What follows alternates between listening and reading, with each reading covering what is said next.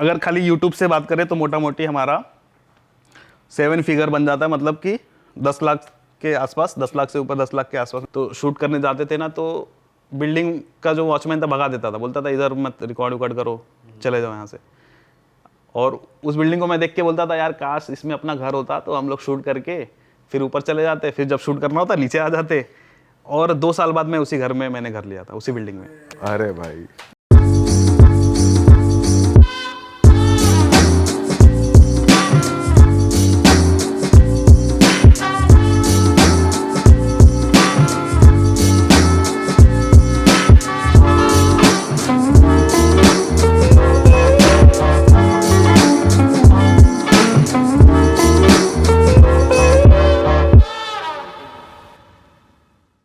तो दोस्तों स्वागत है आपका एक नए पॉडकास्ट में। और आज के पॉडकास्ट के जो हमारे गेस्ट हैं उनके हम भी गेस्ट थे उनके पॉडकास्ट में। और हमारे साथ है सतीश खुशवाहा भाई, जो कि एक बिजनेसमैन है, एक वीडियो क्रिएटर हैं, एक ब्लॉगर हैं, और अभी इन्होंने अपनी मर्च भी लॉन्च करी है जिसमें वो बढ़िया मचा भी रहे हैं। मचाते रहो। तो आज हम इनसे बड़ी सारी अलग अलग इंडस्ट्रीज़ की बातें करने वाले हैं। तो सबसे पहले मैं सतीश भाई से ये पूछना चाहता हूँ कि चाय बढ़िया बनी है भाई? चाय अभी 2 चुस्की मैंने ली है, एक बार और पी के मैं बताता भाई 2 में पता नहीं चला कैसी बनी है। चाय अच्छी होती है हमारे यहाँ की वैसे। चाय अच्छी है भाई। चलो चाय तो बढ़िया चाहिए ना होगी। कि पिया कि नहीं मैंने। हाँ, चाय तो चाय अच्छी बढ़िया है हो। भाई, थैंक यू। और सुनाओ भाई, क्या चल रहा है, क्या मौज आ रही है? भाई मचाते रहो के अलावा क्या चल रहा है? चल तो लाइक पिछले 6-7 सालों से चल रहा है। और मुझे याद है कि भाई जब मैंने किया था अपना कंटेंट क्रिएशन की जर्नी, तो मैं आप लोगों को देख रहा था। एंड उस वक्त आप लोगों के भी सब्सक्राइबर उतने ही थे जितने मेरे चैनल पे थे। एंड आप लोग कॉमेडी बना रहे थे। उस समय चैनल का नाम आपका था रियल शिट। हाँ जी, हाँ जी। तो हैशटैग रियल शिट करके था, और हमारा भी चैनल का नाम था हैशटैग रिएक्शंस अमंग पीपल। तो बड़ा मतलब हैशटैग रैप करके था, RAP, और उसका फुल फॉर्म ये था। तो हम लोग बड़ा आप लोगों को फॉलो करते थे। सबसे बड़ी बात है कि आप 3 लोग कैसे एक साथ सिंक्रोनाइज करके चीज़ों को कर रहे हो, वो हम लोगों को बड़ा इंस्पायर करता था। क्योंकि मेरी टीम नहीं थी शुरू में, अकेले शुरू किया, फिर धीरे धीरे टीम बनाई। तो चल रहा है, बढ़िया चल रहा है। इस समय काफ़ी कुछ चीज़ें कर रहे हैं। भाई तुमने जो फोटो भेज दी ना, वो घर जाके जब हम लास्ट टाइम मिले थे, फिर आप घर गए, फिर आपने जो फोटो भेजी है हम तीनों की वो देख के लगा रहे भाई हम पहले मिले हुए हैं 2018 में। बराबर भाई, कौन सा इवेंट? 2018-17 में मिले थे। यूट्यूब का एक था air and party, year and party थी, यॉट पे हुआ था मुंबई में। हाँ यार पे हुआ था, बराबर है ना, वही वाली है वो। मुझे देख के बड़ा सही लगा, मैंने कहा अरे क्रेजी। यूट्यूब की पार्टी होती बढ़िया है वैसे काफी। अब नहीं हो रही है भाई, कोविड के पहले तो होती थी, अब नहीं हो रही है। बड़ा दुख सा होता है भाई। आप मिलते हो कंटेंट राइटर से, ब्लॉगर से, या कोई क्रिएटर ही ऐसे ही, उनके आप और भी बिजनेस जानते हो, उनकी इनकम रिवील करते हो ओपनली। कभी ऐसा सोचा है कि यार ये बढ़िया पैसे बना रहा है, ये काम करके मैं भी कर लेता हूँ, काश मैंने कर लिया होता, या मैं अब शुरू करता हूँ? मेरी लाइफ इसी पे है। क्योंकि शुरू मैंने किया था ब्लॉगिंग से। मैं वेबसाइट पे कंटेंट लिखता था, वो भी कैसे पता चला था, गूगल पे ऐसे सर्च कर रहा था भाई पैसे कैसे कमाते हैं। तो शुरू में 2 तरीके मुझे दिखे, ब्लॉगिंग लाइक वेबसाइट पे आर्टिकल लिख के, दूसरा यूट्यूब पे वीडियो बना के। तो मेरे को लगता था मेरे अंदर कोई टैलेंट है नहीं, मैं क्या वीडियो बनाऊंगा, आर्टिकल लिखते। और आर्टिकल भी कैसे लिखते हैं, इंटरनेट से इधर उधर चीज़ें पढ़ी देखी और आर्टिकल लिख के डाल दिया। और वो भी हिंदी में मैंने लिखना शुरू किया, इंग्लिश नहीं आती थी। तो शुरुआत मेरी ब्लॉगिंग से हुई। फिर मैं देखा कि मतलब इंडिया में ही और भी बहुत सारे ब्लॉगर्स हैं जो बहुत ज़्यादा पैसा बना रहे हैं। कितना पैसा बना रहे हैं, किस हद तक जा रहा है इंडिया में? उस समय जो मैंने हाईएस्ट देखा था $30,000 पर मंथ का, 2016-17 की बात है। उस टाइम पे 2000 मतलब मेरे लिए ऐसा था कि बहुत बड़ा अमाउंट है, $30,000। $30,000 बता दो ऑडियंस को, लगभग 24 लाख 25 लाख के उस समय 20 लाख के आसपास था। आज की डेट में 24 लाख कम से बड़ी बात है भाई। और इंडिविजुअल बंदा अकेला, ऐसा कि नहीं बहुत बड़ी टीम लेके कर रहा हो। मैं चाहता हूँ ऑडियंस को आप थोड़ा ब्लॉगिंग का मोनेटाइजेशन भी समझाओ, जैसे हमें नहीं पता कि ब्लॉगर्स पैसे कमाते कैसे, सिर्फ एडसेंस से या और भी तरीके? एडसेंस तो कुछ है ही नहीं, मतलब समझिए 54 है और वो डॉलर है। तो बताओ भाई ऐसा उस इतना मॉडल difference के है। बारे में थोड़ा समझाओ। मतलब यही मॉडल यही है कि जैसे हम वीडियो कंटेंट बना रहे हैं, तो वेबसाइट पे क्या होता है कि आप आर्टिकल के फॉर्म में, लाइक टेक्स्ट के फॉर्म में आप कंटेंट बना रहे हो। अब लोगों को ये लगता है कि आज के टाइम में तो हर कोई वीडियो देख रहा है, कौन ब्लॉग कौन पढ़ता होगा। लेकिन मैं आपको बता दें कि गूगल जब से है, गूगल सर्च हर साल वो एक्सपोनेंशियली ग्रो कर रहा है। लाइक उसका जो कर्व है ऐसे है, कभी ऐसे ऐसे नहीं है, उसका हमेशा से ऐसे बढ़ा है। और आपको ये भी पता होगा कि गूगल से पहले याहू सर्च होता था, याहू सर्च बंद हो गया। आज गूगल सर्च का जो मार्केट शेयर है 91% है। मतलब 91% लोग सिर्फ गूगल सर्च यूज करते हैं। आपको पता होगा बिंग भी एक सर्च इंजन है। हाँ हाँ हाँ। एक चाइना में चलता है, आई थिंक बाइडू करके चाइना में चलता है, जो चाइना गूगल नहीं यूज करता है। अच्छा। उनका खुद का सर्च इंजन है। फिर भी मार्केट शेयर इतना तगड़ा है गूगल सर्च का। तो आप इसी से अंदाजा लगा सकते हो, गूगल सर्च पे जब आप चीज़ें सर्च करते हो आपको वीडियोस भी दिखती हैं, आर्टिकल्स भी दिखते हैं, इमेजेस भी दिखती हैं, न्यूज़ भी दिखते हैं, मतलब अलग अलग फॉर्म में कंटेंट दिखते हैं। तो वीडियो जो कंटेंट है ना, वो समझो 10% है, 90% तो टेक्स्ट में भरा हुआ है पूरा। तो मतलब अभी भी पढ़ रहे हैं लोगों का इंटरेस्ट है जानने में। अगर कोरा का नाम आपने सुना होगा, कोरा.com, उस पे अराउंड 700 या 800 मिलियन यूजर्स हैं हर महीने के टेक्स्ट पढ़ने वाले। तो अब सोचो टेक्स्ट पढ़ने वाले कोरा जैसे प्लेटफॉर्म पे, कोरा पे जब कोई कौन जाता है, जब आप कोई क्वेरी सर्च करते हो, जब उसके आंसर्स ब्लॉग में हमें नहीं उतने दिखते हैं तो लोग कोरा पे चले जाते हैं, क्योंकि कोरा की जो अथॉरिटी थोड़ी सी ज़्यादा होती है तो गूगल में ऊपर रैंक होता है। लगता है कि ऑथेंटिक है, ये सही बता रहा हूँ। हाँ, मतलब वो लोगों का हमें एक्सपीरियंस मिलता है कि अलग अलग टाइप के लोग वहाँ पे आके चीज़ें बता रहे हैं।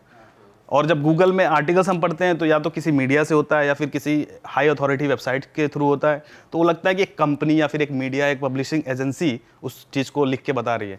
वहाँ पे एक इंडिविजुअल टच मिलता है कोरा पे। जैसे आप आंसर कर दिया, जैसे आपको किसी चीज़ में हाँ, पर्सनल चीज़ें बता तो आपने वहाँ पे डाल दिया। तो कोरा पे अगर चीज़ पढ़ी जा रही है, इसका मतलब आप समझ लो कि टेक्स्ट में बहुत ज़्यादा स्कोप है। विकिपीडिया का नाम सुना होगा आपने, बिलियंस में ट्रैफिक है वहाँ पे, बिलियन में।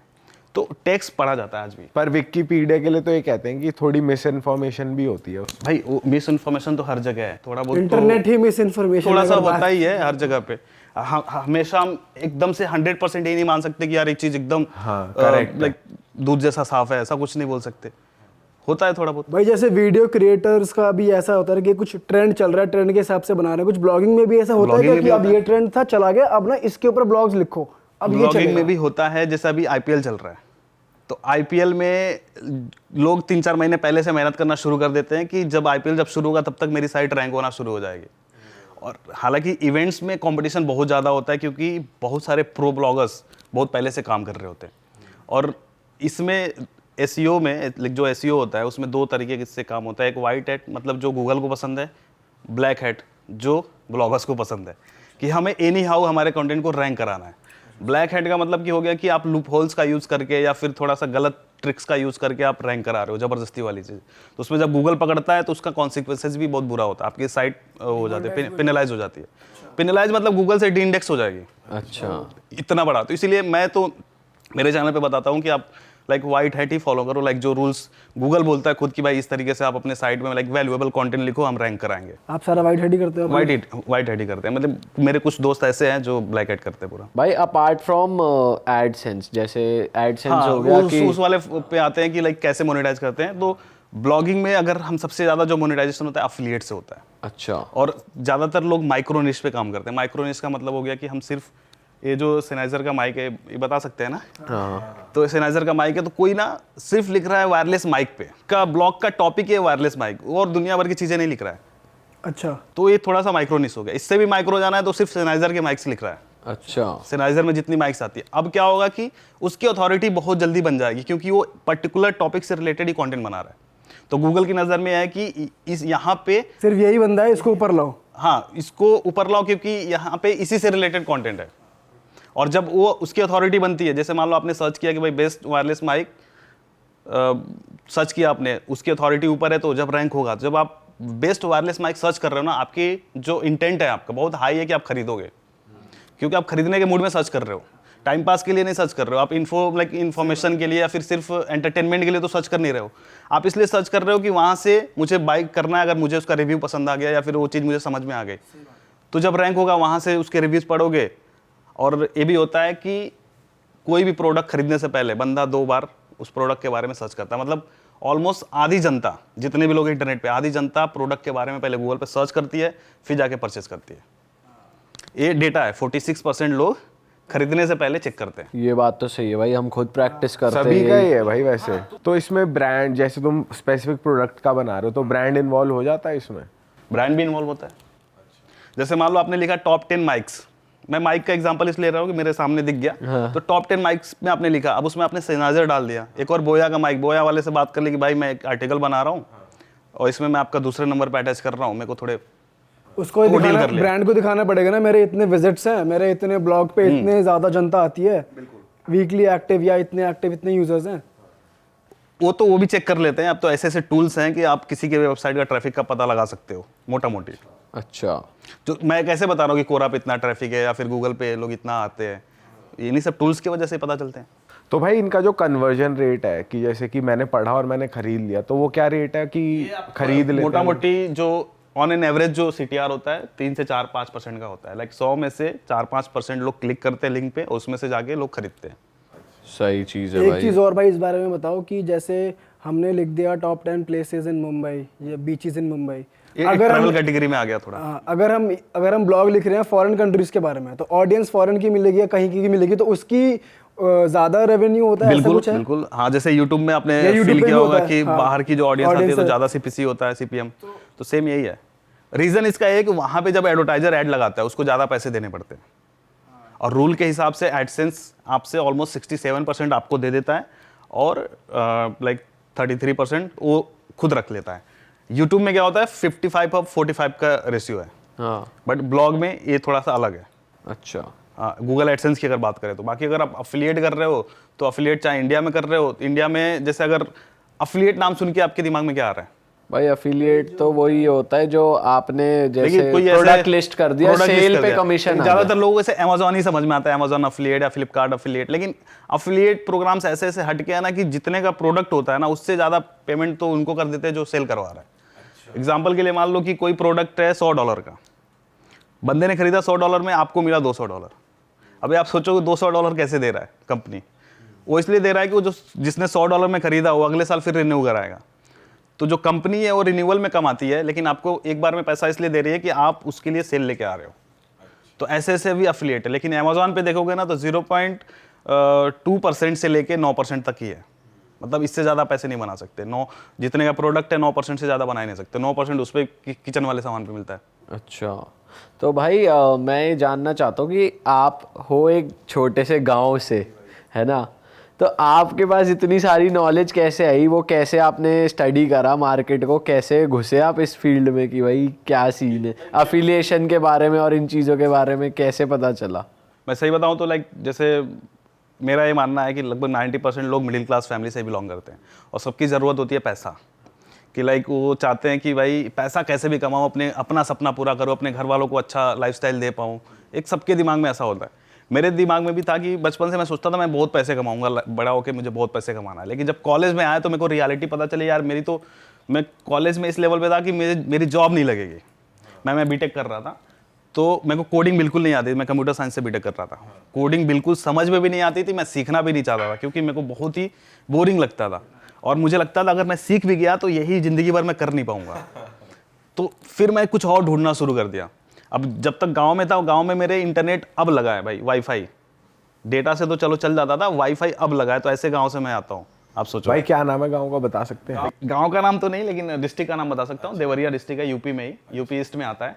आप यूपी वेस्ट से आते हो, मैं यूपी ईस्ट से आता हूँ। तो वैसा है। तो अब वहाँ पे एक क्यूरियोसिटी थी। अब कॉलेज में गए, नहीं समझ में आ रहा क्या करें, इंटरनेट पे सर्च किया, वाईफाई मिला था कॉलेज में पहली बार। इंटरनेट पे सर्च किया, भाई पैसे कैसे कमाते हैं ये बताओ। अच्छा, गूगल से मैंने पूछा कि पैसे गूगल कैसे कमाऊं? हाँ, पैसे कैसे कमाऊँ। तो उसमें मेरे को ना 2 चीज़ें समझ में आई, एक ब्लॉगिंग और एक यूट्यूब। तो ब्लॉगिंग में जब आया तो वही धीरे धीरे मेरी नेटवर्किंग होने लगी। तो जब मैं बंदों से मिला ना, एक बंदा भाई $20,000 कमा रहा है, एक बंदा 30,000 कमा रहा है। मैं बोला भाई मेरे को 1,000 ही कमा दो।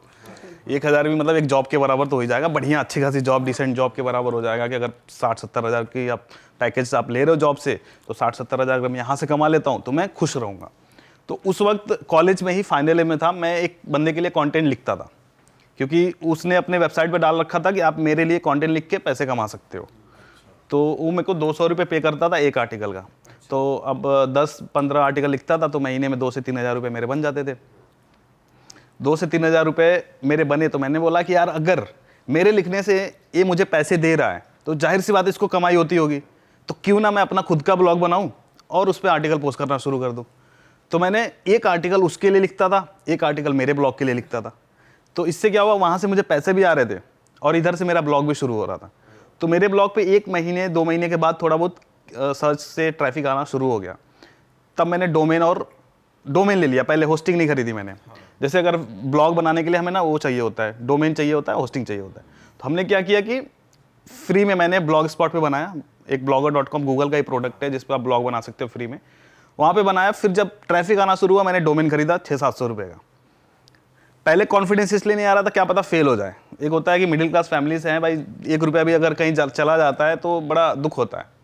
तो मैंने 600-700 रुपये का कुछ डोमेन आया, मैंने खरीद दिया। techyukti.com मेरे उस वेबसाइट का नाम था जब मैंने बनाया था। क्या नाम था? techyukti.com। टेक युक्ति। युक्ति, तो युक्ति का मतलब होता है टिप्स होता है, उसका हिंदी मीनिंग था युक्ति। मैं हिंदी में ब्लॉग बना रहा था तो टेक लगा दिया आगे और युक्ति लगा दिया, तो बड़ा यूनिक सा नाम। अभी भी चल रही है भाई, अभी भी चल रही है। अभी थोड़ा ट्रैफिक डाउन है, लगभग 1 लाख 2 लाख के आसपास का ट्रैफिक है। बीच में हम 5-5 लाख का ट्रैफिक हमारे पे आ रहा था। तो अभी फोकस ज़्यादातर मेरा यूट्यूब पे है। तो ये था कि भाई ब्लॉग तो मैंने बना लिया, चीज़ें होने लगी। फिर जब आप जिस फील्ड में घुसते हो उस फील्ड से रिलेटेड आपको लोग और दिखाई देने लगते हैं। होता है क्या है कि जब आप पहाड़ पे जाते हो तो आपको और बड़े बड़े पहाड़ दिखाई देते हैं। सही बात। तो वैसे जब मैं थोड़ी सी ऊंचाई पे गया तो मुझे और ऊंचे ऊंचे लोग दिखाई देने लगे। तो मैंने बोला यार कि ये तो बड़े बड़े धुरंधर लोग हैं यहाँ पे। मेरे दिमाग में आया कपिल शर्मा शो मैंने देखा करता था, तो मेरे दिमाग में आया कि एक शो हम ऐसा बनाते हैं जहाँ पे इन लोगों को हम फीचर करेंगे। लाइक यूट्यूब के लेवल पे कोई नहीं कर रहा था, तो मैंने नाम दिया द इंडियन यूट्यूबर शो। अब जैसे आपने बताया कि भाई हम मिले थे 2017 में, तो मैं इवेंट्स में इसीलिए जाता था नेटवर्किंग करने। तो मेरे लाइफ में अगर चेंजेस जो आए हैं वो नेटवर्किंग की वजह से ही आए कि मैं अलग अलग तरह के लोगों से मिलना, उनसे सीखना, नेटवर्किंग करके उनके साथ पॉडकास्ट करना। मुझे पता भी नहीं था इसको पॉडकास्ट बोलते हैं, मैं तो इंटरव्यूज बोलता था। तो उनके साथ वीडियोस बनाता था, उन लोगों को पसंद आने लगा कि दूसरे के लाइफ के बारे में हमें जानने मिल रहा है इसके थ्रू। तो वहाँ से मेरी पूरी जो वो थी ना बदल गई। मतलब अब गांव का बंदा कैसे शहर में जाके लोगों से नेटवर्किंग कर रहा है जो डिजिटली कुछ कर रहे हैं, तो मेरी लाइफ बिल्कुल से चेंज हो गई। अभी भी मेरे घर वालों को, मेरे दोस्तों को समझ नहीं आ रहा है करता क्या है, कर क्यों रहा है। बस पैसे आ रहे हैं थोड़े। हाँ, वो बस ये देखते थे टाइटल में पैसे लिखे होते थे ना, थंबनेल में पैसे लिखे होते थे, तो उनको लगता था यार कुछ तो है पैसे वैसे। बोलते थे क्या होता है ब्लॉगिंग थोड़ा हमें बताओ कुछ कैसे होता है। मैं बोला वेबसाइट बनाना पड़ता है। अब जब वो टेक्निकलिटीज में जाते थे ना तो बोलते थे यार ये तो हमें समझ नहीं आ रहा है। हाँ, तो वो चीज़ थी भाई कि नेटवर्किंग को मैं की मानता हूँ कि नेटवर्किंग करो, आप अच्छे लोगों से करो। अगर आपको कोई चीज़ नहीं आती आप सीखो, और सीखने से क्या होता है कि आपकी लाइफ तो बदलती है। और सीखने के बाद एग्जीक्यूट भी करना होता है। एक होता है कि हमने बुक पढ़ लिया उसको उतारा नहीं लाइफ में, वैसा वाला सीन हो गया। भाई नेटवर्किंग तो बहुत ज़रूरी है और अच्छे लोगों से जुड़ के ही आगे बढ़ा जाता है, ये बात तो। हालांकि शुरू में गांव का होने की वजह से थोड़ा सा मतलब डिस्क्रिमिनेशन फेस किया मैंने, बहुत टफ तो रहा। और मुंबई जैसे सिटी में जब आप जाते हो तो जब आप बोलते हो तभी बोलते हैं बिहारी, यूपी। अच्छा, आपने करा ही है? ऑब्वियसली हर कोई करता है अगर, और वहाँ पे थोड़ा सा नज़रिया ऐसा है, भैया बोलेंगे आप। कोई ऐसा इंसिडेंस है कुछ मेजर हो गया हो? मेजर नहीं हुआ है, बट या तो एक तो कमेंट्स में भी आएगा कि मुंबई में तू क्या कर रहा है, भाग यहाँ से भैया, अच्छा ऐसे ऐसे करके। तो मैंने फिर धीरे धीरे मैंने सोचा कि हो सकता है कि हम लोग जो अपने इधर जो एरिया में बोलते हैं हमारे लिए वो मदर टंग है, बट कई लोग एक्सेप्ट नहीं कर रहे उस चीज़ को, तो हमें इम्प्रूव करना पड़ेगा। तो धीरे धीरे मैंने इम्प्रूव किया। हालांकि अभी भी जब हम लोग बात करते हैं तो टच आ ही जाता है, तो इसलिए उस चीज़ को इग्नोर करके फिर मैंने अपने काम पे ही फोकस किया, बट हार नहीं माना मैं। सही चीज़ तो है। भाई ये जो बंदे कमेंट कर रहे हैं मुंबई में क्या कर रहा है, मुंबई में झंडे काट रहा है भाई, ठीक है। अब तो मतलब ठीक है, बढ़िया चल रहा है। एक गांव, अच्छा एक चीज बताओ, गांव का लड़का निकल के दूसरों के लिए काम कर रहा है, 200 रुपये का ब्लॉग्स लिख रहा है, अब वो अपने लिए खुद कितने कमा रहा है? अरे ये तो हमारा वाला क्वेश्चन हो गया भाई। अब आपकी रिवील तो होगी। भाई अगर खाली यूट्यूब से बात करें तो मोटा मोटी हमारा 7 फिगर बन जाता है, मतलब कि 10 लाख के आसपास, 10 लाख से ऊपर 10 लाख के आसपास में बन अभी जाता है। आपका एक ही चैनल है? चैनल एक ही? चैनल भाई हमने चैनल भी बहुत काम किया, अलग 5-6 चैनल हमने बनाए, सबको ग्रो किया, बट फाइनली हमने देखा कि कहाँ पे हम कम एफर्ट्स में या फिर जिसमें हमें भी मजा आ रहा है करने में और पैसे भी जहाँ ज्यादा बन रहे हैं, मैंने सारा इक्वेशन मिलाया, तो मेरे को लगा ये वाला जो मेरा चैनल है काफी अच्छा चल रहा है, जो आपका उस पे मैंने मेन focus चैनल किया। है। हाँ, तो बाकी की चैनल्स पे हमने छोड़ दिया। कुछ एक चैनल्स था मेरे कज़न के साथ में, तो वहाँ भी हमारा कॉन्फ्लिक्शन हो गया, तो अलग हो गए हम लोग, तो वो उसके हाथ में चैनल चला गया। तो ऐसे भी थोड़े से सीन्स हुए, बट अभी इसी पे फोकस है, एक ही चैनल पे है। तो इस 10 लाख मतलब आप ब्रांड्स और यूट्यूब का रेवेन्यू सब कुछ मिला के बता रहे हैं? यूट्यूब एडसेंस से मान लो बन गया अगर हमारा 7-8 हज़ार के आसपास, ब्रांड्स आ गए 3-4 अगर हर महीने में, तो ये मोटा मोटी 10 क्रॉस कर जाता है। बाकी ब्लॉग से अगर बात करें तो अभी हम 4-5 ब्लॉग्स पे काम कर रहे हैं, और जो हमारे पुराने ब्लॉग से 2 ब्लॉग्स हैं, तो उनको दोनों को मिला के अराउंड $2,500-3,000 के आसपास, $2,500-3,000 के आसपास बन जाता है, जो एडसेंस इनकम ज़्यादा होती है। ओके, ये सबको मिला के कलेक्टिवली, वेबसाइट की बता रहा हूँ, जो हमारी 2 वेबसाइट पुरानी है, बाकी अभी मैंने कुछ मतलब और सारी नई शुरू करी। 4-5 वेबसाइट्स मिला के 2.5-3 अभी जो नई हमने हज़ार शुरू करे वहां से तो इनकम नहीं हो रही, अभी वो रैंक होना शुरू हुआ है, बट आने वाले 6 महीने में हम उसको ऊपर लेके जाएंगे ऐसा। सही चीज भाई, बहुत बढ़िया यार। अच्छा ये झंडे गाड़ बताओ, दिए भाई।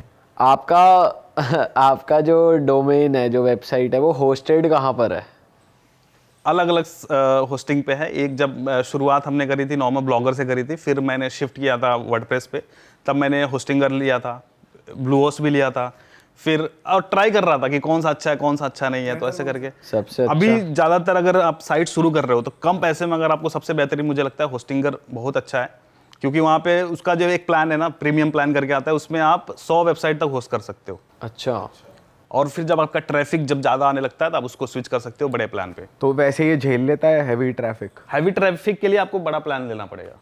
अगर आप जस्ट शुरू कर रहे हो और आपकी नई वेबसाइट है तो ये झेल लेगा। मैं ये जैसे आप बोल रहे हो कि साइट क्रैश नहीं होती। देखो क्रैश ऐसा कुछ नहीं है कि क्रैश नहीं होगा। अगर बहुत ज़्यादा ट्रैफिक आ गया तो भाई वो लोग खुद बोलेंगे कि आप इस पे आप मूव कर जाओ, क्योंकि आप देखो ना, आप जब आपके साइट पे जब ट्रैफिक आएगी तो पैसे भी तो कमाओगे ना आप। जब पैसे कमाओगे तो थोड़ा सा चंदा देने में क्या जाता है, और आप किसी का अगर सर्वर यूज़ कर रहे हो तो थोड़ा सा दो। अब यूट्यूब में हमें ये फील नहीं होता क्योंकि हम फ्री में सर्वर यूज़ कर रहे हैं गूगल का।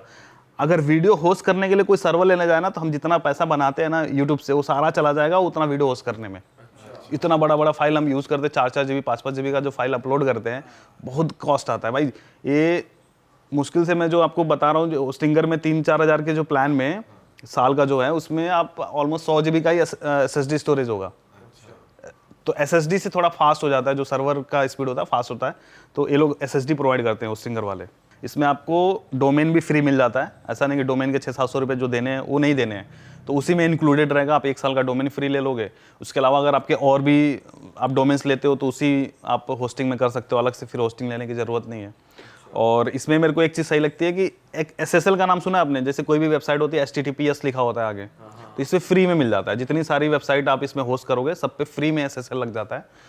कई जगह पे आप इसको अलग से चार्ज देना पड़ता है, तो ये कुछ फ़ायदे मिल जाते हैं होस्टिंगर से अगर आप चीज़ें शुरू करते हो तो। वाह यार, ये बाकी अगर ट्यूटोरियल वगैरह देखना है भाई तो मेरे चैनल पे जा सकता है कि ब्लॉगिंग कैसे करना है, अफिलिएट कैसे करना है, थोड़ा सा प्रमोशन कर रहा हूँ भाई। बिल्कुल भाई, पूरा बिल्कुल आपका है भाई। ये आज पॉडकास्ट। भाई ऑडियंस के लिए ही तो हम कंटेंट बिल्कुल, बनाते हैं, बिल्कुल। उन्हें हर तरीके की हेल्प करना हमारा फर्ज बनता है, हम जैसे क्रिएटर्स का फर्ज बनता है। और हमें भी मेक श्योर करना चाहिए कि भाई ऑडियंस अच्छा करे, कुछ नया शुरू करके पैसे वैसे कमाए, थोड़ा अपने करियर में अच्छा करे। इसीलिए हम भी एक पॉडकास्ट का कोर्स लेकर आए हैं जिसकी मैं प्रमोशन कर देता हूँ। तो भाई मतलब हमारा भी यही कोर्स था, आ गया, कोर्स आ गया। जब तक ये पॉडकास्ट जाएगा शायद कोर्स भी लाइव हो चुका होगा। बढ़िया, बढ़िया। बट हमारा भी यही इंटेंशन है कि यार देखो, हमने पिवट करा, आपको पता है हम पहले स्केचेस करते थे, इनफैक्ट सबको पता है, बट अगर कुछ हमारी तरफ से हेल्प हो पाए कि भाई। बिल्कुल। और मैं यहाँ पे देख पा रहा हूँ 5 कैमरास लगे हैं गाइस, और 5 कैमरों का जो सेटअप है ना, हर किसी के वश की बात नहीं है। मैं 3 कैमरास में मेरी हालत खराब हो जाती है। हाँ भाई, तो 5 जब एक सिस्टम पे जब 5 फुटेज जाएंगे ना, हाँ। सिस्टम जो हैंग करेगा समझ में आता है। तो अगर पता लगाना है भाई कि सही सिस्टम कौन सा है, सही कैमरा कौन सा है पॉडकास्ट के लिए, तो भाई के कोर्सेज आप लोग चेक कर सकते हैं। बहुत बहुत शुक्रिया सतीश भाई भाई। इसके पैसे भेज दिए। ये वहाँ एडजस्ट नहीं हो जाएंगे भाई। तो हाँ, एडजस्ट हो जाएगी भाई। जैसे मैं एक चीज़ बोल रहा था कि ज़्यादातर लोगों को ना अभी जैसे जो दिखता है ना, लोग उसी में घुस जाते हैं। जैसे रील्स हर कोई बनाने लग रहा है, शॉर्ट्स हर कोई बनाने लग रहा है, यूट्यूब। मैं ये नहीं कह रहा कि नहीं करो, अगर आपको अच्छा लग रहा है चीज़ें करो, बट बहुत सारे ऐसी अनटच्ड चीज़ें हैं ना जहाँ पे बहुत कम लोग हैं। भाई ये ब्लॉगिंग तो ब्लॉगिंग में भाई मेरे को समझाने में 6 साल लग गए कि ब्लॉगिंग जैसी कोई चीज़, अभी आज भी कमेंट में लिख देते हैं भाई ब्लॉगिंग नहीं, व्लॉगिंग होती है। हाँ, सौरभ जोशी समझ में आता है लोगों को जब मैं ब्लॉगिंग बोलता हूँ, तो आज भी लोगों को नहीं पता है। तो वही है, जो दिखता है ज़्यादा लोग उसी के पीछे भागते हैं। तो मेरा काम है कि इन सब चीज़ों को मैं इसलिए बताता हूँ कि मेरा जो लाइफ चेंज हुआ, करियर चेंज हुआ, इसी चीज़ों की वजह से हुआ। तो पर हाँ, अगर कोई इंटरेस्टेड है तो वो उससे पैसे भी कमा सकता है अच्छे खासे। पैसे उसको अगर उसने वो चीज़ क्रैक कर ली, समझ ली वो चीज़ें कैसे वर्क कर रही हैं, तो बिल्कुल पैसे कमा। भाई हमारा ये पॉडकास्ट करने का मोटिव यही हो रहा है आज आपके साथ बैठ के कि भाई हम लोग ऑडियंस को बताएं कि भाई ये ब्लॉगिंग भी एक जोन है, बहुत से इंटरनेट पे तरीके हैं जिसमें तुम पैसे बना सकते हो। इनफैक्ट अगर मैं आज के टाइम पे बोलूँ, अगर आप इंटरनेट पे सर्च करोगे कि top 5 ways to earn money online, उसमें आपको ब्लॉगिंग दिख जाएगा। हाँ। और क्या क्या ऑप्शंस है भाई? ब्लॉगिंग है, एफिलिएट मार्केटिंग है, यूट्यूब है, इंस्टाग्राम से आप कर सकते हो। इसके अलावा आप लाइक अभी उसमें और देखेंगे कोर्सेज लोग बना के कर रहे हैं, जैसे आप कोर्सेज बनाए हो, ई बुक लोग सेल कर रहे हैं, मर्चेंडाइज हमने अभी खोल लिया है। बट इन सब चीज़ों के लिए कोर्सेज, ई बुक, मर्चेंडाइज के लिए आपके पास एक प्लेटफॉर्म होना चाहिए, किसके थ्रू आप करोगे। और इनफैक्ट बहुत सी ऑडियंस ऐसी भी होगी जो भाग रही है रील्स यूट्यूब वीडियो की तरफ और अपना टैलेंट डिस्कवर नहीं कर रही। हो सकता है बहुत अच्छे राइटर हो, कई लोग को समझ में आ रहा है अब मैं फेमस हो गया, अब मैं पैसे कैसे कमाऊं। फेमस होने के बाद भी समझ नहीं आ रहा है, फिर उसके बाद से उल्टा पुल्टा एप्स प्रमोट कर दे रहे हैं। तो ये भी नहीं करना है। आप जब जिस भी फील्ड में जब जा रहे हो ना, तो जिस भी फील्ड में आप जा रहे हो एटलीस्ट आप देखो कि आप उसको मोनेटाइज कैसे कर सकते हो। 2-3 तरीके आप ढूंढ लो कि यार ये फील्ड में मैं जा रहा हूँ, या फिर देखो कि उसमें अगर कोई और पहले से कर रहा है वो कैसे मोनेटाइज कर रहा है।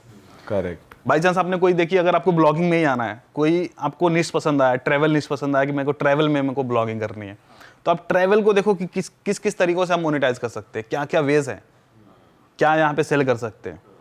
सिर्फ एडसेंस से ही होगा या फिर अफिलिएट होगा या फिर ब्रांड्स भी यहाँ पे मिलते हैं, क्या क्या वेज है। जब वो चीज़ें आपकी क्लियर रहेगी ना, तो आप मेहनत भी उसी हिसाब से करोगे, क्योंकि मोटिवेशन आता है भाई, पैसा जब आता है ना, तो असली मोटिवेशन तो पैसा, ये मानते हैं कि नहीं। सही बात है बिल्कुल भाई, पैसों के लिए तो बंदा काम करता है यार। पैसा एंड ऑफ द डे चाहिए, मैं नहीं कह रहा कि पैसा ही सब कुछ है, बट बहुत कुछ है, बहुत कुछ है। सही बात है भाई। आप बुक्स भी पढ़ते हो? बुक्स मैं पहले नहीं पढ़ता था, मेरे को लगता था यार कॉलेज तक बुक्स पढ़ लिया बहुत हो गया। फिर जब मैं यूट्यूब पे वीडियोस देखता था या फिर सेल्फ हेल्प से रिलेटेड कोई बुक्स देखता था या फिर किसी को सुनता था, मान लो जैसे विवेक बिंद्रा हो गए या फिर संदीप माहेश्वरी, तो ये लोग भी बोलते थे बुक्स पढ़ो, तो आपको किसी की 40 साल की जो उसके जीवन की पूरी गाथा है आपको इस इतनी मोटी बुक में मिल जाएगी। तो मेरे को लगा कि चलो एक दिन मेरे को अगर अमीर बनना है या फिर अगर ऐसे सर्च भी करोगे, अगर आपको पैसे कमाना है या फिर रिच बनना है, तो बुक्स पढ़ो। तो मैंने 5 बुक्स मैंने खरीदी उस समय, क्योंकि मैं इन्फ्लुएंस हुआ इन लोगों से। मैंने बोला कि यार रिच तो बनना ही है, चलो अब इनका कहा एक बार मान लेते हैं। तो मैंने बुक्स खरीदी, पढ़ने का मन नहीं हो रहा था, but rich dad poor dad एक बुक होगी, आपने भी सुना होगा, बड़ा हाँ, नाम सुना है। तो मैं बहुत लोगों से सुन चुका था, भाई ये बुक पढ़ो तुम्हारा पैसों को लेकर माइंडसेट चेंज हो जाएगा। मैंने बोला चलो पढ़ ही लेते हैं। थोड़ा इंटरेस्ट आने लगा कि भाई क्या है रिच डैड पुअर डैड। तो पढ़ा तो मेरे को बड़ा उसमें एक चीज़ समझ में आया कि भाई आप उस चीज़ पे पैसा खर्च करो जो आपको कल को पैसा ला के दे, उस चीज़ पे खर्च मत करो जो पैसा आपका लेके जाए। ये मेरे को बड़ा सिंपल शब्दों में क्लियर हो गया उस बुक से। भाई ऑडियंस को भी कुछ क्लियर करो, एग्जांपल देके कुछ, जैसे आपने अप्लाई कैसे करा लाइफ में। आप ज्यादा शोशाबाजी पे चीजें मत खर्च करो, वैसी चीजें खर्च करो। जैसे इन्फ्लुएंसर हो, आप इन्फ्लुएंसर हो तो आपके पे सूट करता है कि भाई आप अच्छे कपड़े पहनो, भाई बढ़िया गाड़ी लो या जो चीजें लो, क्योंकि वो उससे आपका बिजनेस बढ़ेगा, लोग और इन्फ्लुएंस होंगे आपको। लेकिन ये भी है कि ज़्यादा फेक चीज़ें मत दिखाओ कि यार गाड़ी भाड़े के लाके हम दिखा रहे हैं चीज़ों। बट एक है कि चीज़ें वही आप खरीदो जो एसेट के तौर पे आ जाए, वहाँ पे पैसे खर्च करो। जैसे मैंने देखा है बहुत सारे लोग 5-5 लाख रुपए का जूता खरीद रहे हैं, 10-10 लाख रुपए के जूते बिक रहे हैं। 80,000 के जूते भाई ऐसे बिक रहे हैं। 80,000 वाला तो ज़्यादा फेमस हो गया। तो खैर वो तो इन्फ्लुएंसर है, तो चलो ठीक है, लोग ये भी देखते हैं कि इन्फ्लुएंसर के पास ये चीज़ें होनी चाहिए, लोगों दिमाग में एक उभर चुका है। लेकिन जो नॉर्मल लोग हैं, अगर आप अभी पैसे बनाने शुरू किए हो तो ज़्यादा ऐसी चीज़ों पे मत खर्च करो यार कि वो वेस्ट हो जाए पैसे। वो उसमें बड़ा क्लियरली लिखा हुआ है। लोग उसमें में थोड़ा सोच लेते हैं कि यार इसके पास है ना तो मुझे भी चाहिए, अच्छा लग रहा है। हाँ वही वो लोग देख लेते हैं, दूसरे से इन्फ्लुएंस होकर खरीद लिए। अब क्या खरीदना है, जिस चीज़ से आपने पैसे थोड़े बनाए उस चीज़ में आप इन्वेस्ट करो। लाइक अगर आप क्रिएटर हो तो आप अपने कैमरा को और इनहेंस कर लो, अपने माइक को और अच्छा कर लो, इन सब चीज़ों में आप अपनी टीम बनाने में आप लगाओ पैसे, और फिर जब पैसे आएंगे तो फिर शोशाबाजी करना। मैंने सुना है कि उस बुक में, मैंने पढ़ी नहीं है वैसे, मैंने सुना है कि उसमें ये भी लिखा है कि घर, जो आपका घर है वो भी एक लाइबिलिटी है, क्योंकि अगर हम उस घर में रह रहे हैं तो खर्चा होता है उस पे, वो हमें कुछ कमा के नहीं देता। और मैं ये भी एक नेटफ्लिक्स पे अभी एक सीरीज आई है जिसमें कोई मिलियनेयर है, वो अपना एक्सपीरियंस बता रहा है कि रेंट आउट करने में चीजें, रेंट आउट करने में इंडियंस बहुत शर्माते हैं कि यार मैं तो किराए पे रह रहा हूँ, पर वो ये नहीं देख रहे कि उतना करोड़ों की इन्वेस्टमेंट कर रहे हो, आप एक घर खरीद रहे हो, पर उसके बाद उस पर खर्चा ही है, वो एक लाइबिलिटी है आपके लिए बेसिकली। लेकिन अगर इंडियन मेंटालिटी थोड़ी, आप बिल्कुल सही कर रहे हो, लेकिन यहाँ पे एक चीज देखो, वो बाहर के राइटर्स हैं और वहाँ पे कोई भी घर रेंट पे देना है तो उसका एक स्टैंडर्ड है। हाँ, कि इस स्टैंडर्ड के नीचे होगा तो घर रेंट पे नहीं जाएगा। कैब का एग्जांपल पकड़ लेते हैं, लोग बोलते हैं कि गाड़ियाँ मत खरीदो, कैब कर लो, रेंट पे ले लो। बट आप देखो कैब में बैठने लायक सीट होती है, मतलब फटी फटी सीट है, पुराना है, जो ड्राइवर है पान खा के थूक रहा है दरवाजा भाई खोल इंडिया के। में तो गाड़ियों को लेके भी है कि सेकंड हैंड गाड़ियां लोग मत ऐसा खरीदो, बोलते हैं। खरीदो तो फर्स्ट हैंड खरीदो, ये भी बोलते हैं नहीं, इंडिया में। ये बोलते हैं कि सेकंड हैंड खरीदो। हाँ जो इन्फ्लुएंसर्स ये बोलते हैं, जो फाइनेंस वाले इन्फ्लुएंसर बोलते हैं सेकंड हैंड खरीदो। बट इसमें भी अलग अलग लोगों का मानना है कि लोग कहते हैं यार दूसरे की मेमोरी इसमें आ रही है, दूसरे की नेगेटिविटी इस गाड़ी में आ रही है, हम होने लेंगे। एक्सीडेंटल कार सबका होगी, अपना अपना पर्सपेक्टिव है पैसों को लेके। बट वो बुक वाली जो बात है ना भाई, कि वो बाहर के लोग अपने हिसाब से चीजें लिखे हैं, उनको देखते इंडिया हैं, का नहीं सही पता बात। है। हाँ इंडिया में आप रेंट के घर में रह रहे हो, इज्जत ही नहीं है। सही बात है। लोगों को तो इज्जत भी चाहिए ना वही। थोड़ी। एक इमोशन भी आता है। अगर आपने कोई घर लिया, मान लो आपने यूट्यूब से पैसे कमा के अपने घर लिया, अब बाहर बोर्ड पे आपके मम्मी या पापा का नाम लिखा है, आपकी मम्मी या पापा आए, उसको वो जो कर्टेन है हटा रहे, कितनी अच्छी फीलिंग होगी। उस फीलिंग का भी तो पैसा है भाई। भाई तो ये एक होता चीज है भी ना आ कि जाए। भाई ये मेरा अपना घर है, मेरा इसमें बचपन बीता, मैं इसे साले नहीं बेचूंगा, ये मेरा ही रहेगा। तो एक है कि अगर आप इमोशन लेस होके जब चीजें सोचोगे तो आपके लिए लगेगा कि हाँ थोड़ा लॉजिकल हो जाओ, रेंट आएंगे या फिर रेंट पे रहोगे, पैसे बचेंगे। लेकिन जब आपको खुशी भी चाहिए तो भाई मम्मी पापा को खुशी उनकी आंखों में देखना है तो भाई घर भी लो, या फिर वो अपने रिश्तेदारों में बता सके कि मेरा बेटा ने घर लिया है। हाँ जैसे जब मैंने मुंबई में घर लिया था तो मेरे पापा, मतलब मेडिकल स्टोर है उनका, तो अपने मेडिकल स्टोर पे उन्होंने मिठाई रखा था, 2 दिन तक मिठाइयाँ बांटी कि मेरा बेटा घर लिया है मुंबई में। भाई वैसे ये बहुत बड़ी बात है यार, आपने मुंबई में घर लिया है। बहुत बड़ी बात है रीजन भाई। इसका ये था भाई, मैं इसलिए घर मेरे को लेना पड़ा कि रेंट पे जब हम घर देख रहे थे ना भाई, तो बोलते बैचलर को घर नहीं देंगे। अच्छा हम खरीद लेंगे। तो हमने बोला रुको हम खरीद बंदोबस्त लेंगे, करते मत हैं। तो सोच समझ के भाई फिर हमने यूपी देखा से है तो फिर गर्दा तो उड़ाना है और तो उड़ाएंगे, एकदम मचाएंगे।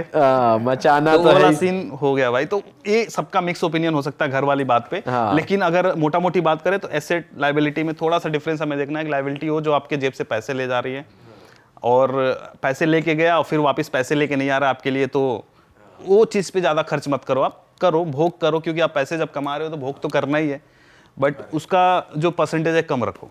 और कोई बुक जो आप रेकमेंड करना चाहते हो जनता एक बुक को? जो मुझे सबसे जो बेस्ट लगी थी वो सीक्रेट्स ऑफ मिलियनियर माइंड। उसमें क्या होगा कि जो बचपन से हमारे मन में जो पैसों को लेके प्रोग्रामिंग है, जो मन में जो इस तरीके से हम सोचते हैं, वो पूरा चेंज कर देगा। 99% लोग पैसे के बारे में गलत सोचते हैं, बोलते हैं कि पैसा बहुत बुरी चीज़ है, पैसे से लोग लालची हो जाते हैं, लोग मर्डर कर देते हैं पैसों के लिए, या फिर जालसी आ जाता है, 2 लोगों में लड़ाई हो जाती है, अलग अलग तरीके की चीज़ें आपने सुनी हुई। पैसा हाथ का मैल है। अब भाई आप किसी दुकान पे जाके मैल छुड़ा के दे दो, क्या कुछ देगा क्या? वो पैसा ही लेगा वो। तो कुछ कुछ जो चीज़ें हैं जो हमारे मन में पैसों के लिए भरी पड़ी है, वो सीक्रेट्स ऑफ मिलियनियर माइंड में बहुत सही चीज़ें हैं। कुछ 17 लेसन है उसमें, बहुत ज़बरदस्त है। कोई एक आप हमारे व्यूअर्स को एक लेसन ये है कि लोग ये सोचते हैं कि पैसा आने के बाद इंसान बदल गया। वो इंसान बदला नहीं है, वो इंसान वैसे ही था, वो इनहेंस हो गया है। अगर आप अच्छे हो और पैसा आने के बाद भी आप अच्छे ही रहोगे, आपकी नीयत साफ है ना, आप अच्छे ही रहोगे। अगर आप गलत इंसान हो, भले लोगों के सामने एक्टिंग कर रहे हो कि मैं अच्छा हूँ, पैसा जब आपके पास आएगा, पैसा मतलब पावर, जब पावर आएगा ना तो आप अपनी औकात दिखाओगे। तो लोगों को क्या लगता है, अरे तो पहले बहुत सही आदमी था, अब ऐसे कैसे हो गया? नहीं भाई, वो पहले से ऐसे था, आपको पता नहीं था। तो पैसा किसी को चेंज नहीं करता है, आप जो होते हैं उसी को इनहांस कर देता है। पैसे के साथ गंदी गंदी वो भी तो आ जाती हैं, आदतें आ जाती हैं, फिर बंदा कैसे? शौक पालने लग जाता है। बेसिकली उसके शौक लग जाते हैं अलग अलग। जैसे आप बताओ। पर वो तो फिर अपने ऊपर है ना। वही कि तो वो कह रहे हैं कि वो पहले पता नहीं था। मैं वही कह रहा हूँ, मैं भी वही चीज़ कह रहा हूँ कि ऐसा हो जाता है। नहीं, लोगों के माइंड में ऐसा है कि इस वजह से हुआ है, पैसे की वजह से हुआ है, बट ऐसा नहीं है। वो आपका दिमाग इन्फ्लुएंस हुआ है आपके दोस्तों की वजह से, आपके उस माहौल की वजह से। पैसे ने इन्फ्लुएंस नहीं किया है। बस अब आप उस चीज को अफोर्ड कर सकते हो, पहले अफोर्ड कर पा नहीं रहे हो और सकते आपको थे। कूल लग रही है तो चीजें। बेसिकली पैसे को ब्लेम कर देते हैं, पैसा को blame कर रहा है, करते पैसा करवा रहा है। अगर देखो, अगर पैसा गलत है तो सही भी तो है। वो उस पैसे से आप चाहे अगर खुशी लेना है ना, खुशी खरीदना है, आप 50 लोगों को खाना भी तो खिला सकते हो, किसी जरूरतमंद की हेल्प भी तो कर सकते हो उस पैसे से। देखो खुशी मिलेगी आपको। अगर एकदम जेन्युइन कोई जरूरत जिसको फील हो रही है, किसी ऐसे बच्चे का एडमिशन करा दिया जो अफोर्ड ही नहीं कर सकता, तो खुशी भी तो आ सकती है। आप देखो पैसे से क्या नहीं चेंज कर सकते। अगर रोड बनानी है तो पैसे ही तो लगेंगे ना भाई। वो माइंडसेट पूरा चेंज हो जाएगा इन बुक से। एक बुक है, अगर जैसे लाइफ में मैं लॉ ऑफ अट्रैक्शन में बड़ा बिलीव करता हूँ, तो द सीक्रेट करके एक बुक है, वो मैं रिकमेंड करना चाहूंगा कि लोग उसको पढ़ हाँ वो तो मैंने वीडियो देखी है उसकी, सीक्रेट की, हाँ वो जो बहुत लंबी डॉक्यूमेंट्री है ना हाँ उसकी, एक डॉक्यूमेंट्री तो वीडियो बुक के फॉर्म में book भी है, के तो form लोग में भी है। चेकआउट कर सकते हैं। तो भाई आप कैसे प्रैक्टिस करते हो लॉ ऑफ अट्रैक्शन? आप लिखते हो अपने गोल्स वगैरह कुछ? हाँ मैं फ़ोन में मैं एक नोट करके, सिंपल नोट करके एक ऐप है, तो उसी में मैं लिखता हूँ, और हर साल के एंड में मैं गोल अपना बनाता हूँ कि इस साल मुझे ये चीज़ें अचीव करनी है। ये अभी तक मैंने मेरे चैनल पे भी नहीं बोला है, मैं बताने जा रहा हूँ कि मैं क्या करता हूँ। नवंबर मंथ में मैं लिखता हूँ कि अगले साल नवंबर में मेरी इनकम इतनी हो जाएगी, और आप बिलीव नहीं करोगे लास्ट 4 ईयर से ये चीज़ें होती आ रही है। ओ भाई वाह यार। और ये कैसे होती है, ऑलमोस्ट मैं डबल लिखता हूँ कि अगर $10,000 आज मैं इस साल नवंबर में मेरा है, तो अगले साल मैं 20,000 में लिखता हूँ, और वो 20,000 मैं अचीव कर चुका रहता हूँ। और जो मैंने मेरे घर को मैनिफेस्ट ऐसे ही किया था कि मैं ये सोचता था, मैं ऐसे विजुलाइज करता था कि मैं इस घर में इस कलर का वॉल है, मैं ऐसे शूट कर रहा हूँ, यहाँ पे मेरा कैमरा लगा है, यहाँ पे मेरा ऐसे सेटअप बना हुआ है, और मैं सोच कहाँ रहा हूँ, एक चौल के रूम में बैठ के। मुंबई में चौल होते हैं, पता ही आपको। हाँ। तो वहाँ मैं बैठ के विजुलाइज कर रहा हूँ कि मैं 1-2 सालों में ऐसे घर में जा रहा हूँ। और इसमें भी बड़ा एक इत्तेफाक है भाई, घर वाली बात अब आई गई है तो मैं बता दूं कि हम लोग शूट करने जाते थे, पहले मैं भी कॉमेडी वीडियोस करता था, तो शूट करने जाते थे ना, तो बिल्डिंग का जो वॉचमैन था भगा देता था, बोलता था इधर मत रिकॉर्ड करो, चले जाओ यहाँ से। और उस बिल्डिंग को मैं देख के बोलता था यार काश इसमें अपना घर होता, तो हम लोग शूट करके फिर ऊपर चले जाते, फिर जब शूट करना होता नीचे आ जाते। और 2 साल बाद मैं उसी घर में मैंने घर लिया था, उसी बिल्डिंग में। अरे भाई, और ये इत्तेफाक था भाई, मैंने बिल्कुल सोच के नहीं लिया कि इसी में घर लेना है, और इत्तेफाक पता नहीं मतलब कैसे ये चीज़ है। इत्तेफाक के साथ साथ आपकी मेहनत भी थी भाई बिल्कुल यार। मतलब उसी बिल्डिंग में घर लेना ये इत्तेफाक मैं कह रहा हूँ, बाकी घर लेना तो ठीक है, कृपा है माता रानी की। भाई अभी आपने ये नई चीज भी स्टार्ट करी है जी भाई, थोड़ा इसको भी सीना चौड़ा करके दिखा दो जरा, मचाते रहो। अब ये कैसा चल रहा है और इसके पीछे कितना पैसा लगता है जो आपने स्टार्ट किया, इसके बारे में भी कुछ स्टार्ट बताओ। करने में ज़्यादा पैसा नहीं लगा, थोड़ी मेहनत ही है इसमें। 2-3 लाख रुपए लगे इससे पूरा सेटअप जमाने में। और ये मचाते रहो कहाँ से आए नाम, अगर इसके बारे में बात करें तो मैं अपने हर वीडियो के एंड में बोलता हूँ कि जहाँ भी रहो मचाते रहो। अब मचाते रहो जो वर्ड है, जैसे मुंबई में ज़्यादा लोग बोलते थे, फिर उसके बाद एक गाना भी आया था मचाएंगे, तो ये भी बड़ा एमी बंटाई का जो गाना आया था मचाएंगे, ये भी था। और मेरे गांव में बोलते हैं अरे बवाल मचा दिए तुम, हाँ गर्दा मचा दिए, तो ये बड़ा चलता है। तो मैंने सोचा यार कि क्या बोलूं, और फिर मैंने देखा सबका एक हैशटैग, उस समय ट्रेंड बड़ा चला था, हर कोई अपना हैशटैग चलाता था, हर एक क्रिएटर।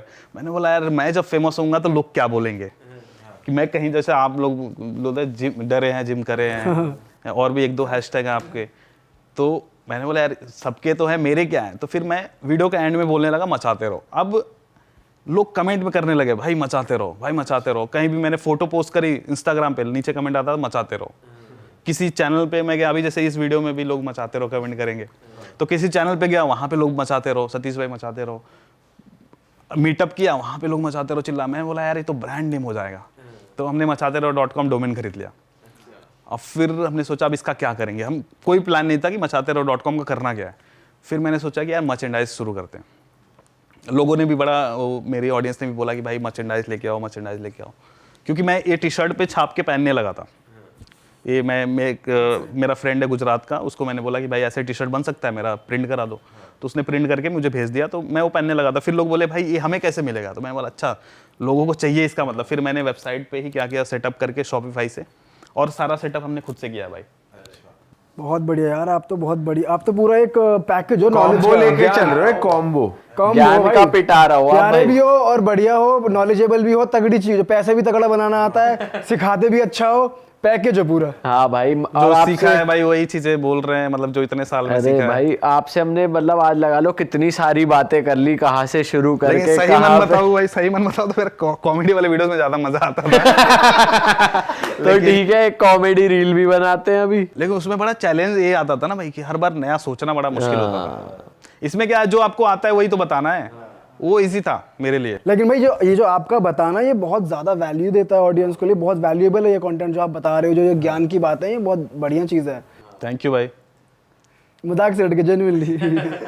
तो दोस्तों ख़त्म करते हैं इस पॉडकास्ट को। बड़ा मज़ा आया सतीश भाई से बातें करके। और अगर आप भी मोटिवेट होकर भाई से अपनी ब्लॉगिंग वेबसाइट चालू करना चाहते हैं तो आप उसे होस्ट कर सकते हैं होस्टिंगर पे।